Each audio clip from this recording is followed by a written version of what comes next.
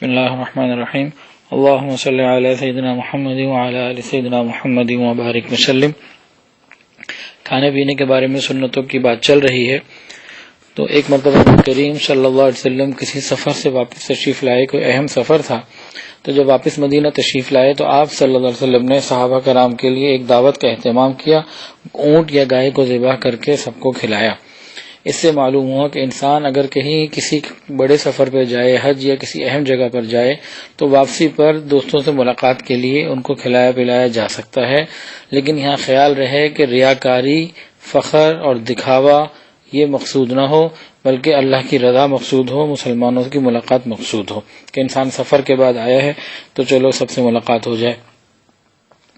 اسی طرح نبی کریم صلی اللہ علیہ وسلم کی عادت مبارکہ یہ بھی تھی کہ آپ کسی انجان، اجنبی یا مشتبہ آدمی کا ہدیہ تناول نہیں فرماتے تھے جب تک کہ دینے والے پر اطمینان نہ ہو جائے یا وہ دینے والا خود اس میں سے نہ کھا لے، تو احتیاط نبی علیہ السلام فرمایا کرتے تھے۔ اسی طرح ایک بات اور بھی ہے کہ حدیث کے اندر آتا ہے کہ نبی علیہ السلام نے فرمایا کہ مومن ایک آنت میں کھانا کھاتا ہے اور کافر 7 آنتوں میں۔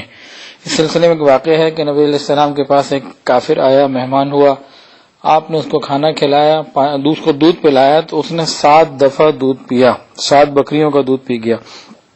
رات کو آقا کے پاس مہمان ٹھہرا، تو اس مبارک صحبت کا اثر یہ ہوا کہ دل میں اندر ایمان آ گیا، اور صبح کلمہ پڑھ کے یہ صاحب مسلمان ہو گئے۔ صبح کو نبی علیہ السلام نے فرمایا کہ ان کو دودھ پلایا جائے، تو ایک بکری کا دودھ ان کو کافی ہو گیا، دوسری کو نہ پی سکے۔ پھر آپ نے فرمایا کہ مومن ایک آنت سے کھانا کھاتا ہے اور کافر 7 آنتوں سے کھانا کھاتا ہے۔ مومن کے کم کھانے کے بارے میں یہ بھی بتایا گیا، فرمایا کہ جب یہ مل جل کر کھاتے ہیں تو ایک مومن کا کھانا 2 کو، 2 کا 4 کو اور 4 کا 8 کو کافی ہو جاتا ہے۔ نبی علیہ السلام نے ارشاد فرمایا کہ مل کر کھانا کھایا کرو، الگ الگ مت کھاؤ، کہ ایک آدمی کا کھانا 3 کو اور 3 کا 4 کو کافی ہو جاتا ہے۔ اور ایک حدیث میں اس طرح فرمایا کہ الگ الگ مت کھاؤ، ایک کا کھانا 2 کو اور 2 کا 4 کو کافی ہو جاتا ہے۔ مومن کے اخلاص کی برکت سے کھانے میں برکت ہو جاتی ہے اور سب کو پورا ہو جاتا ہے۔ اور ویسے بھی ہمدردی کی تعلیم ہے کہ دوسرے کو اپنے ساتھ شریک کرے۔ حریص آدمی جو لالچی ہوتا ہے وہ فقط اپنی ہی فکر کرتا ہے، وہ چھپ کے کھانے کی کوشش کرتا ہے، لیکن مومن کی خواہش یہ ہوتی ہے کہ وہ لوگوں کو شریک کرے۔ اچھا، ہمارے ہاں ایک ترتیب اور بھی ہے، کھانا کھانے کے بعد میٹھا پیش کیا جاتا ہے۔ تو اس سلسلے میں ایک واقعہ ہے، حضرت اکراش رضی اللہ تعالیٰ عنہ فرماتے ہیں کہ انہوں نے نبی کریم صلی اللہ علیہ وسلم کے ساتھ شورید کھایا جس میں چربی کی بڑی چکناہٹ موجود تھی۔ پھر شورید کھانے کے بعد آقا صلی اللہ علیہ وسلم نے کھجور کو استعمال کیا، کھجور نوش فرمائی۔ اس سے معلوم ہوتا ہے کہ کھانے کے آخر میں میٹھا کھانا بھی مسنون ہے۔ بعض روایتوں میں نمک پر ختم کرنا بھی منقول ہے۔ ممکن ہے کہ الگ الگ وقتوں کے اعتبار سے یہ احکامات ہوں۔ بہرحال کھانا کھانے کے بعد میٹھا کھانا اس کی گنجائش ہے۔